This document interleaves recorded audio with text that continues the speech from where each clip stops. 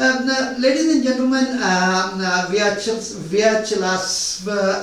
Motolov, he was Stalin's foreign minister, and while he was visiting to Berlin, just it was the initial days of the Cold War, he said that the trouble with the free elections is you never know how they will turn out.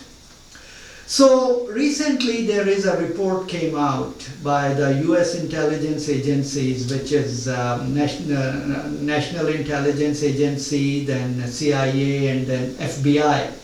And they claim that Russian government was involved in this hacking of US elections. Now this report is kind of creating lot of troubles inside United States, and it is putting President-elect Trump in a very bad situation, because if anything like that comes out, as a President of United States, what are his duties? His first duty is to go ahead and work on it and try to find the truth about it. Would he do it or not? Yes, sir. Yeah, I think the conclusions of this report are damning, in the sense that they say that the not Soviet, but Russian government This FSB used their resources, intelligence resources, and their media resources, all of the resources or propaganda campaign, machine that they have, to help Donald Trump win and hurt Hillary Clinton's chances. So it's very, very clear on that. Now, he doesn't say that Donald Trump won because of it, but what it says it's beyond our mandate to come to that sort of a conclusion. But it clearly says that the Russians tried very hard to influence the information campaign, the propaganda campaign, the elections itself, to try to help Donald Trump and hurt Hillary Clinton. So, tell me something about it. There is some terminology in US, but internationally used, Orwellian nightmare, okay? I say this thing in one other way. There is a very famous author. He was in the National Security Advisor team of President Clinton also, Dr. Charles Kupchan. He had a book, 2002, in which he said a very interesting thing. He kind of created the human history into 5 major parts. One is nomadic, Second one is pre-agriculture societies, then agriculture societies, then industrial society. Fifth, which is last but not least, is a digital revolution society. Okay. That time, he was not very, into internet boom and all that. We can't talk about way before that, 2002, exactly. But his book's name was The End of American Era. He says that due to the digital boom, due to the digital revolution, what will happen that US society will be in a way that people will talk less to each other, they will be having less control on things, and slowly we will be losing the direction of the world order. And time will come that will be start declining of US, this primacy in the world.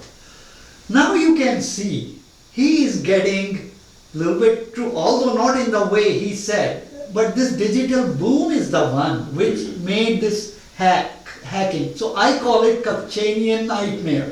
Yeah. So I think the thing to look at in the report is what they call essentially the information operations, where they don't just focus in or home in on the hacking part, which is just one part. It was a much broader campaign, as the Director of National Intelligence, General Clapper, said, It was a multifaceted campaign, which included putting out false stories, fake stories, websites, creating false websites, and using the social media to disseminate a lot of the disinformation. So what you said about digital revolution has actually made it easier to do those To things do those than it things, ever was yes, before. Now, yeah. by the way, he also said something to the effect that, people who live in glass houses shouldn't throw Shoot rocks. through the rocks. Now, there is a lot of documentation and evidence of the US doing the exact same thing in many elections in other countries over the last, Well, we several even changed decades. the regimes. Yeah, so we're basically the inventors Yeah. of this. So there's a guy by the name of Dov Levin, who is a researcher at Carnegie Mellon University. He actually has created a database, he tracks these things. So between 1964 and the year 2000, he found 81 instances in which the United States tried to change the elections, tried to influence the elections in other countries. In some cases, they did it overtly. In other cases, they did that covertly. Most of the time, they did it covertly, but in some, they actually practically, paid the journalists, paid the local media to put out stories, to carry stories, planted stories. They also, use the NGOs and other think tanks and other organizations to create false stories and spread them and false data and research to try to persuade people to do something that they wanted them to do. So what is happening today is basically others are developing the same capacity that US had through the use of the social media. But my main question is that here, I agree with you that, they do that. But let's talk about what will happen next. Okay, you did say that, and you quoted the FBI, the report, the intelligence report, which does not say that this is the reason why he lost. But that... Oh, there's a reason why they did not conclude that. They Yeah. said that it's beyond our mandate. That's true. We're not supposed to answer this question, somebody else needs to answer it. That... The answer, whether Donald Trump won because of it. But what they do say is that the intent of the campaign by the Russians was to create favorable environment Yeah. for Donald Trump and to hurt Hillary Clinton Yeah. by strategically putting out these stories at different times. But what are the options for the Democratic Party now? I mean, are they able to go to Supreme Court and make these elections defunct and redo it? I Because think- see that if there is a doubt there, and if it is so clearly, as the report says, then Yeah, I think it's going to be very hard to prove that the results changed because of it. You have to produce that link, you have to establish that link between the influence campaign and the results. That's not easy to do. It's very, very hard. Now, intuitively, it makes sense that made a difference, but practically, it's very hard to prove it. So I think that's, the other thing is that it could be so destabilizing for this country to throw out an election result that I don't think the judges would dare do that. It's going to be very dangerous for this country. But what it will happen though is, as a result of it, is that in the minds of a lot of the Americans, the legitimacy of Donald Trump will be in question, whether or not he's legitimate as president. And that will probably hurt his ability to do some of the things he wants to do, because people are going to constantly question his mandates. So let me ask the last question to you, and then let's move to the other topic. Do you see it?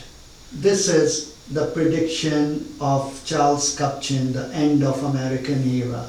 Are we witnessing that end of American era? I wouldn't rush to that judgment. I don't think that's accurate. See, all these media that the U.S., they're all created by the U.S. And U.S. has a lot of power to influence these media. I mean, look at all the big social media. They're all American creation, whether it's Twitter or Facebook or a lot of others. You know, all they have to do is just change some of the search algorithms and Google and Yeah. I mean, there's a lot of ways they can manipulate. No, actually, I was